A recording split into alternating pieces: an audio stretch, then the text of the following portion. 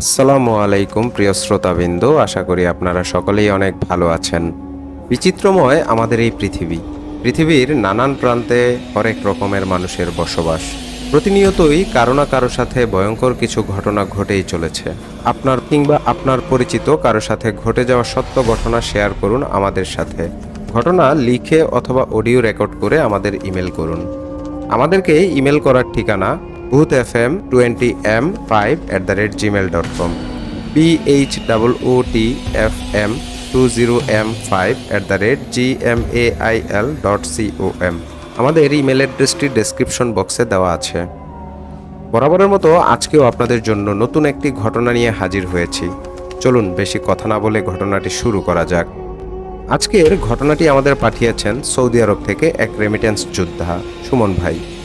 সুমন ভাইয়ের বাড়ি নরসিংদী জেলার শিবপুর থানার কোনো একটি গ্রামে।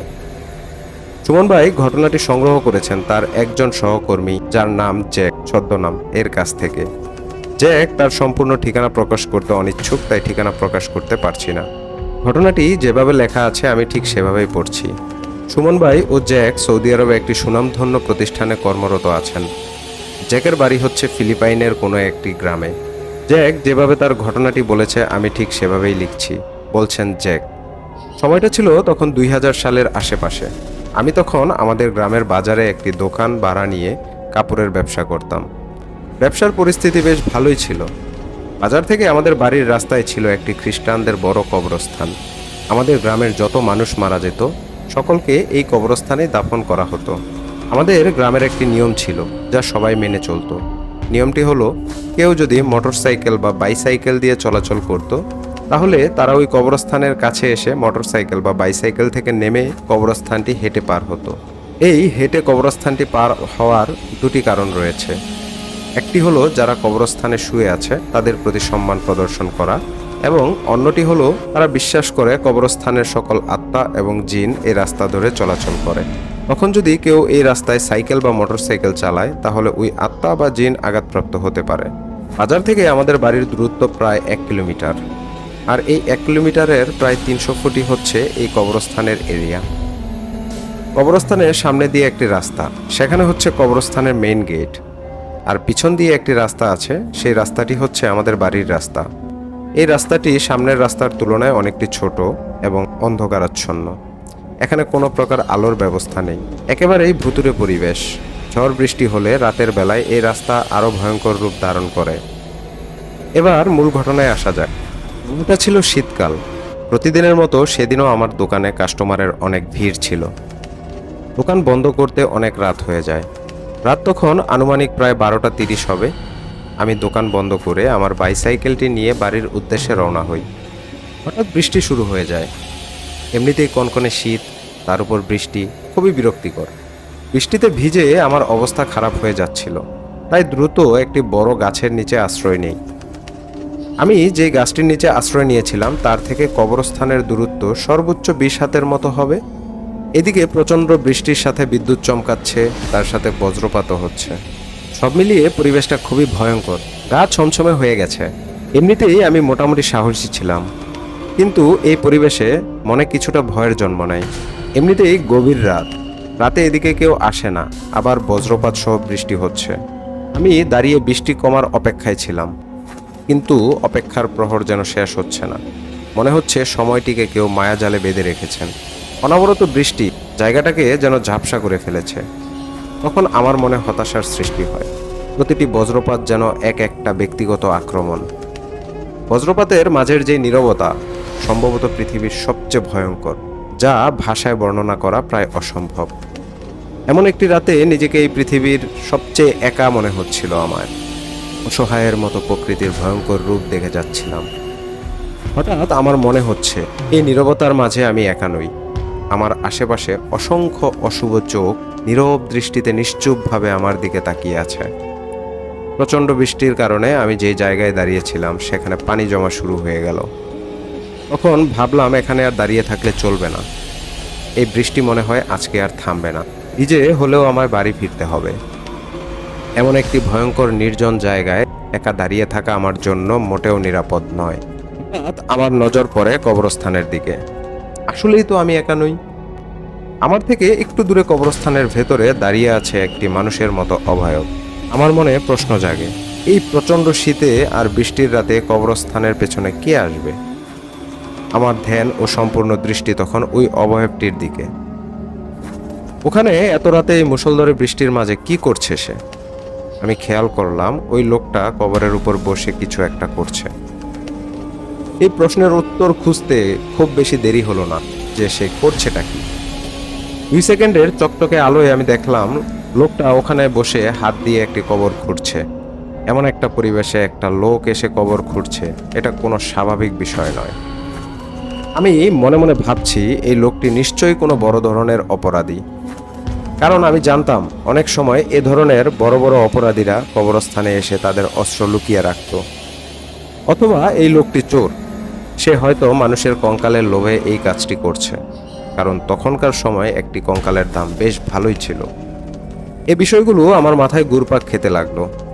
হঠাৎ দেখতে পেলাম ওই লোকটা সম্পূর্ণ কবরটি খুঁড়ে ফেলেছে। এরপর সে কবরটিতে নেমে কফিন থেকে লাশ তুলে নিল। আমি তখন ধরেই নিয়েছি বেটা একটি চোর, এর পেশা হচ্ছে লাশ চুরি করা, সেই লাশটিকে নিয়ে যাবে। আমি এই দৃশ্য দেখে প্রচণ্ড রাগে নিজের দাঁত কামড়াতে থাকি আর আশেপাশে লাঠি বা ডালপালা খুঁজতে লাগি। সৌভাগ্যবশত একটা লম্বা ও শক্ত লাঠি পেয়েও যাই আমি হাতের কাছেই। আজকে এই বেটা চোরকে মেরে হাড্ডি ভেঙে দেব, কারণ চোর বেটা যে কাজটি করছে এটা শুধু একটি অপরাধ নয়, এটা একটি ভয়ঙ্কর মহা অপরাধ। তাই আমি দেরি না করে লাঠি হাতে নিয়ে পা টিপে টিপে আস্তে আস্তে এগিয়ে যাই লোকটার দিকে। তখনও প্রচণ্ড বৃষ্টি পড়ছিল, কিন্তু আমার রাগের কারণে বৃষ্টিকে আর বৃষ্টি মনে হচ্ছিল না। আমার শরীরের রক্ত তখন রাগের তীব্রতায় টকবক করে ফুটছিল। আমি প্রচণ্ড রাগ নিয়ে এগুতে থাকি লোকটির দিকে। লোকটার কাছাকাছি যাওয়া মাত্রই লোকটি বুঝতে পারে যে কেউ তাকে দেখে ফেলেছে এবং তার দিকে আসছে। তখন ওই লোকটি পিছনের দিকে ঘুরে তাকায়। লোকটি পিছনে ফিরে তাকানোর পর আমি যে দৃশ্যটি দেখতে পাই সেটা কেউ কখনো দেখতে চাইবে না। আমি দেখলাম লোকটার শারীরিক গঠন এবং পোশাক একটা মানুষের মতো হলেও মুখটি মানুষের মতো নয়। মুখটি দেখতে একটা হিংস্র প্রাণীর মতো, সেটা দেখতে ভয়ঙ্কর এবং বীভৎস। আমি দেখি ওই প্রাণীর মুখটা পুরো আগুনে ঝলসানো। মূলত ওই প্রাণীটি কবর খুঁড়ে যে লাশটি তুলেছে সেটা সে খেতে চাইছে। সে কোনো অপরাধী বা চোর নয়, সে একটি মুর্দাখোর খবিশ জিন। এই দৃশ্য দেখার পর আমি নিজেকে শান্ত রাখতে পারলাম না। কি ভয়ানক বীভৎস দৃশ্য! প্রচণ্ড জোরে একটি চিৎকার দিয়ে পিছন ফিরে বাড়ির দিকে দৌড়াতে শুরু করি। বৃষ্টির কারণে অনেক জায়গায় কাদা পানি জমা ছিল, সেখানে বেশ কয়েকবার হোঁচট খেয়ে পড়ে গেলেও আবার উঠে দৌড়াতে শুরু করি। যা কিছুই হয়ে যাক না কেন, প্রাণ বাঁচানোর আশায় আমি বাড়ির দিকে পাগলের মতো ছুটে যাচ্ছিলাম। আমি কোনো দিকে না তাকিয়ে শুধু বাড়ির দিকে দৌড়াচ্ছিলাম। দৌড়াতে দৌড়াতে আর চিৎকার করতে করতে একসময় বাড়িতে পৌঁছতে সক্ষম হই। এদিকে আমার চিৎকার শুনে বাড়ির লোকজন সবাই বাইরে চলে আসে। তারা আমাকে এই অবস্থায় দেখে বেশ আতঙ্কিত হয়ে যায় এবং জিজ্ঞেস করে কি হয়েছে। আমি এতটাই ভয় পেয়েছিলাম যে তখন ভয়ে কাঁপছিলাম, কথা বলতে পারছিলাম না, শুধু বড় বড় নিঃশ্বাস নিচ্ছিলাম আর টেনে টেনে শ্বাস নিতে নিতে বললাম খেয়ে ফেলবে আমাকে। আমি একটু স্বাভাবিক হওয়ার পর সবাইকে সম্পূর্ণ ঘটনাটি খুলে বলি। আমার মুখে সম্পূর্ণ ঘটনা শুনে বাড়ির সকল মানুষ আঁতকে উঠল। বাড়ির সকল পুরুষ মানুষ এবং প্রতিবেশীরা দেরি না করে লাঠিসোঁটা নিয়ে কবরস্থানের উদ্দেশ্যে রওনা হন। তারপর তারা ওখানে গেলেও তেমন কিছু দেখতে পেল না। ওই কবর থেকে লাশ তুলে ফেলা হয়েছে সেটা স্পষ্ট বোঝা যাচ্ছিল, আর লাশের কিছু অংশ আশেপাশে ছড়িয়ে ছিটিয়ে ছিল। তারপর কি হয়েছিল এর বেশি কিছু জ্যাক আমায় বলেনি। ওই দিন জ্যাক যা দেখেছিল তা আমাদের ভাষায় খবিশ জিন বলে। এ ধরনের জিনেরা সুযোগ পেলেই কবর থেকে লাশ তুলে খেয়ে ফেলে। লাশ খাওয়া শেষ হলে তারা আবার কবরটিকে সুন্দর করে আগের মতো করে মাটি চাপা দিয়ে রেখে যায়, যাতে কবরের ভেতরে লাশ আছে কিনা সেটা কেউ বোঝার কোনো উপায় না থাকে।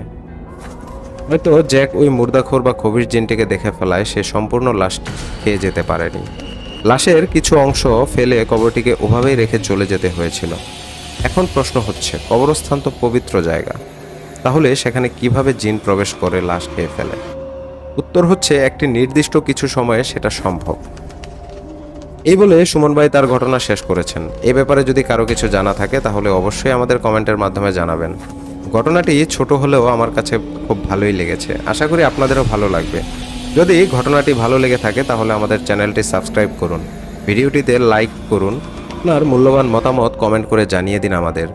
আর ভিডিওটি আপনার বন্ধুদের সাথে শেয়ার করতে ভুলবেন না। ধন্যবাদ সকলকে। আবারও ফিরে আসবো নতুন কোনো ঘটনা নিয়ে আপনাদের মাঝে। সে পর্যন্ত সবাই ভালো থাকুন, সুস্থ থাকুন, এই কামনায় আজকের এপিসোড এখানেই শেষ করছি। আল্লাহ হাফেজ।